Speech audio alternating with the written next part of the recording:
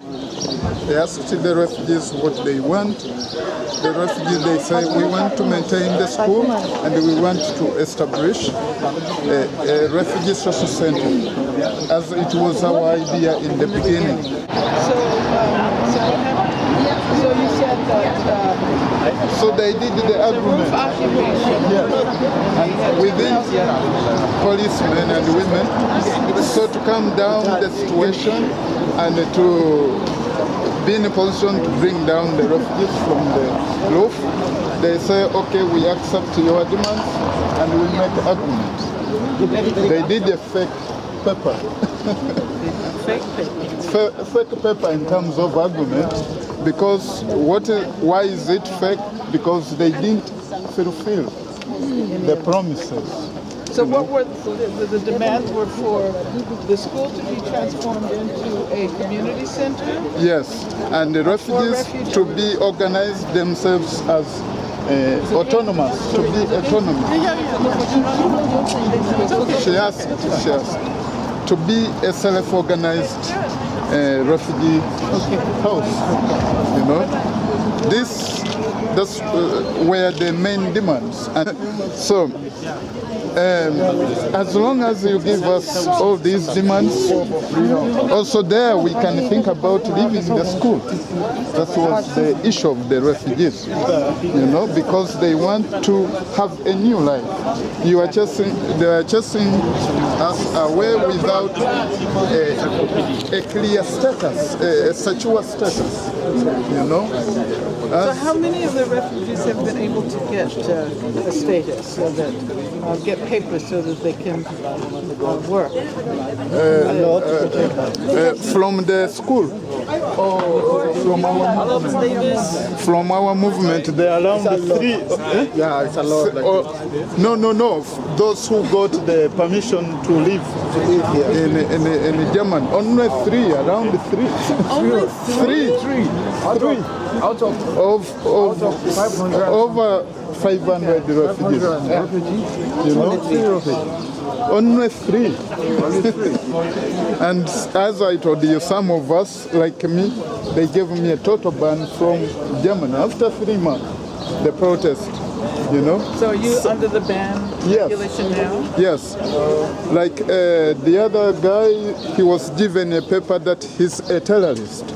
Other people are given a ban from going back to the lagers. The housemaster said, no, you can't come back. So a lot of problems, you know.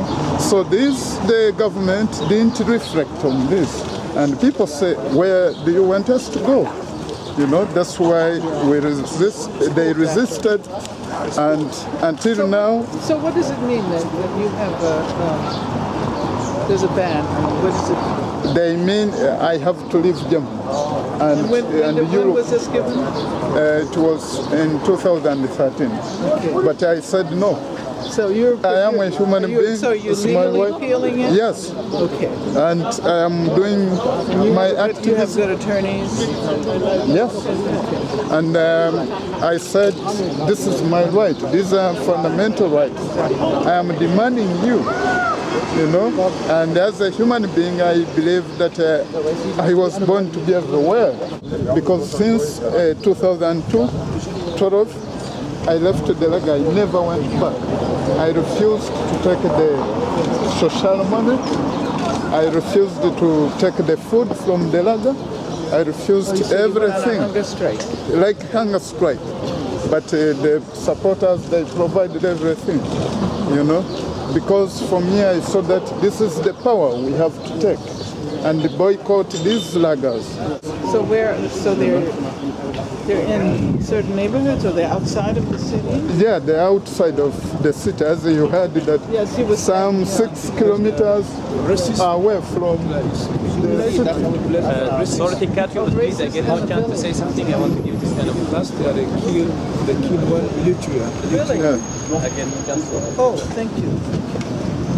So this big problem for last year. And my question that, but you didn't have time to answer it, And also, as you heard that we have very many groups What's your question? that how you manage to maintain the movement, Well, we did. you know? The movements get recreated, every generation. Yeah, And so the young people who are involved in organizing against police violence today yeah. are the grandchildren of the ones who were active 50 years ago. So it's a question of passing it down, Okay. from generation to generation. And some of us who were active back then Yeah. are still active today. And how you organize this? How do you pass this culture to the new generation? You organize the workshops? Yes, or- yes, through organizations, Yeah. through music. Music is a main way of transmitting Yeah. the desire to resist, to speak out against racism. Yeah. There's a culture of resistance, Okay. and also the organizers like you. They're the ones who continue that tradition. Yeah. It never happens unless you have people who are. But how did you manage to overcome the indifferences you had? Because, like as I We don't. read about Malcolm X and Martin Luther and Well, there are always going to be differences. There are always contradictions. yeah, And you have to work with those contradictions. You don't want everybody to be the same anywhere. You don't want everyone to think the same. So you recognize that there are bound to be disagreements and differences, just as we had the issue that came up in the meeting. But you figure out how to work with those contradictions to make them productive. I understand. And just as the women were talking about the problems that many of the men have not yet taken on, that's a difference. That's a contradiction. And we hope that eventually the men in the refugee movement will be active against questions of violence against women as well. It's important. Yeah, yeah. This is the school where we Yeah, this is the school, yeah. This is my prison. This is my prison from life in Germany. It's because they tell me Germany is you have freedom, you have any democratic. This is my prison. So as you see in Paris, now this is what you see. How did you call it? Because the security here, nobody can let him go inside. So if you have the people, yes, we come outside. Before we have the visitor card, everybody can go inside. They stop it. Without no reason, they say no, because they say we are criminal and we are dangerous. And look, the people, we've been 50 people, and now we are just 25. One by one, they kick us. And as you see now, the security is here every time. And there's people inside, nobody they can visit them. So how did you call this? And you see, we are like this, and then we still fight, because it's really, there's nothing even. One shower, in all the school, one shower, heating, they cut it. So they're trying, they're just only one shower, and the heating, it's all cut it. So they did the impossible, just do, and we still, that's why you see fight, more than 50 now, just 25. But before that, we were also so many. There were also the International Women's Space. We were living up there. Were living. Yeah, the women's space, I'm yeah. one of them. She was living and they evicted us very badly on a rainy day. Last them, they call them thieves, they call them criminals, They say they drug are dealers. selling drugs also. They say they are murderers, they are drug dealers, they are criminals, they are thieves. All kind of bad The names demands and they call agreements. black people. But we are not criminals, we are refugees. And what I want to tell to German government that being a refugee is not something that you choose by yourself. Anyone could be a refugee. Today I am a refugee, but I don't know tomorrow somebody else could be a refugee. And being a refugee also doesn't start I and other my refugees. Before we became refugees, there were thousands of people who are refugees. So today is our time. We don't know next day it will be somebody else's time.